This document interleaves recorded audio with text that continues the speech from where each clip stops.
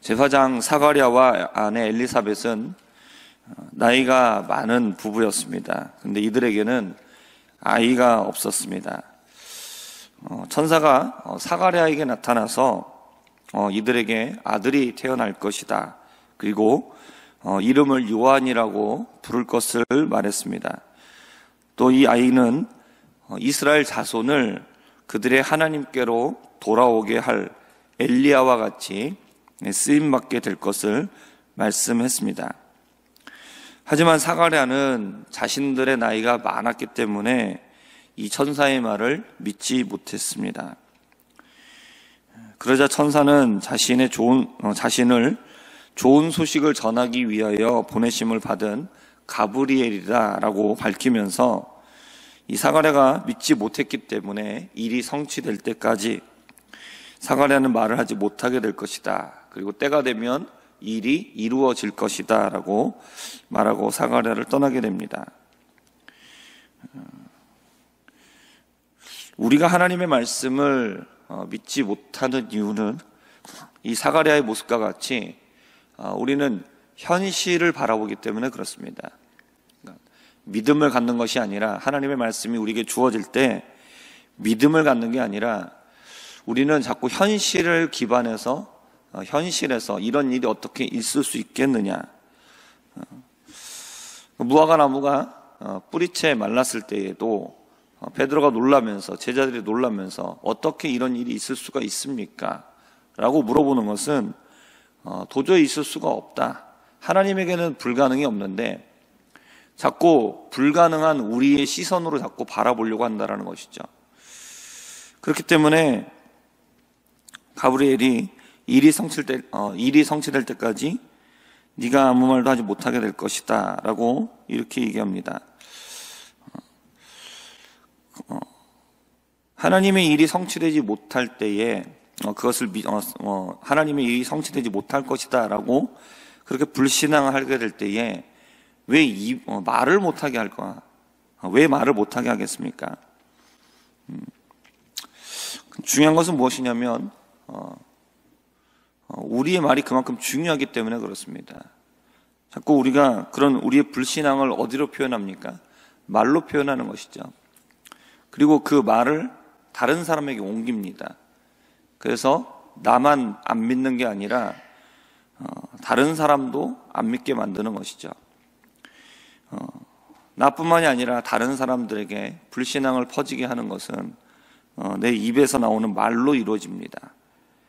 자꾸 우리가 그런 부정적인 말을 듣게 되면 우리의 마음과 생각이 자꾸 부정적으로 물들게 됩니다. 그렇기 때문에 천사는 말을 하지 못하게 만드는 것입니다. 그리고 그 말은 결국은 우리의 마음으로부터 나오는 것이죠.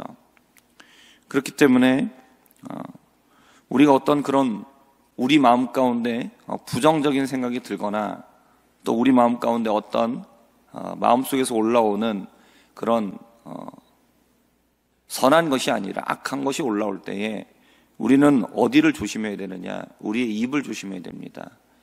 우리의 입에서 부정적인 말이나 불신앙의 말이나 하나님이 기뻐하시지 않는 그런 말들이 올라올 때에 우리는 입을 다물어야 됩니다. 그래서 그런 불신앙과 그런 불만과 그런 악한 것들이 올라오지 않도록 우리 입을 다스리고 그리고 우리의 마음을 다스려야 합니다. 이스라엘 백성들이 여리고를 치기 위해서 하나님께서 명령하신 것은 성을 매일마다 한 바퀴 그리고 7제가 되는 날에 7바퀴를 도는 겁니다. 그때 하나님께서 명령하신 것은 무엇이냐면 조용히 돌라라는 겁니다. 아무 말 하지 말라는 것이죠. 이건 누가 봐도 말이 안 되는 어처구니가 없는 이야기입니다. 어처구니 없는 일이죠. 그렇기 때문에 이스라엘 백성들 안에 불신앙의 말이 나올 것이고 의심의 말이 나올 것은 분명한 것이죠. 그러니까 하나님께서 뭐라고 하십니까? 조용히 하고 돌라라는 겁니다. 하나님께서 말씀하실 때에 우리의 불신앙의 말로 이를 그르치지 말고 아무 말 하지 말고 말씀 따라 하라는 것입니다. 그것이 믿음인 것이죠. 우리의 입술을 잘 다스리는 사람이 그 사람이 믿음에 있어서 성공하는 사람입니다. 그러므로 우리가 오늘 말씀을 통해서 우리의 입술을 잘 다스릴 수 있는 우리 성도님들 되시기를 주님의 이름으로 부탁드립니다. 천사의 말대로 사가랴는 말을 하지 못하게 되었습니다. 그리고 때가 차서 이 부부에게 아이가 생겼고 아이가 태어났습니다. 이제 이름을 지어야 되는데 아버지의 이름을 따라서 사가랴로 부르려고 했습니다. 근데 어머니 엘리사벳이 요한이다 라고 얘기를 하니까 사람들이 놀라죠. 아니, 너희들 친척 중에도 그런 사람이 없는데 왜 이름이 요한이냐? 그러면서 아버지에게 의사를 물어봅니다. 몸짓으로 물어보니까 서판에다가 요한이다 라고 이렇게 이름을 적었을 때에 사가랴 입이 풀리고 혀가 풀리면서 말을 하게 되고, 그러면서 어떻게 하느냐? 하나님을 찬미하게 됐습니다. 일이 성취되는 것을 볼 때에 하나님의 능력을 경험하고 사가랴 입에서는 불신앙의 말이 아니라 하나님을 찬양하게 됐다라는 것이죠. 이름을 사가랴가 아니라 요한으로 짓게 된 것, 이것은 하나님이 주신 이름인 것이죠. 이것은 우리에게 보여주고 있는 것이 무엇이냐? 이 아이가 부모의 것이 아니라는 겁니다.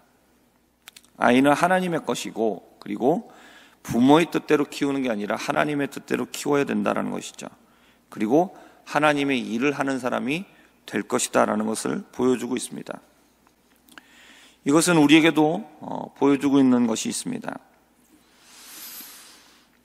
우리가 자녀를 낳았지만 자녀는 우리의 소유가 아니라는 것입니다. 그러니까 우리가 원하는 대로 길러는 것이 아니라 하나님의 뜻대로 길러야 한다라는 겁니다. 그리고 아이들이 이 세상에서 꼭 해야 될 일이 무엇이냐? 하나님을 섬기는 사람이 되어야 한다는 것이죠.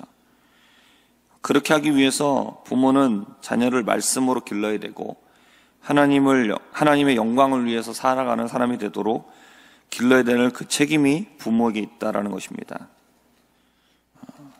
그럼 자녀를 이렇게 키우기 위해서 먼저 준비되어야 되는 것이 있습니다. 그거는 부모들의 자세입니다. 사가랴와 엘리사벳에게 대하여서 성경은 뭐라고 얘기하느냐? 두 사람은 모두 다 하나님 앞에 의인이다 라고 말합니다. 그리고 주의 모든 계명과 규례대로 흠이 없이 행했다라고 말씀하고 있습니다. 자녀를 기르는 양육은 단지 말로 해서 되는 것이 아니죠. 이것은 부모의 살아가는 모습이 더 중요하다는 것입니다. 교회에서 학생들을 신앙으로 양육하는 일도 그렇고, 교회 안에서 성경을 공부하면서 제자 교육하는 것 또는 양육하는 것 다 마찬가지입니다.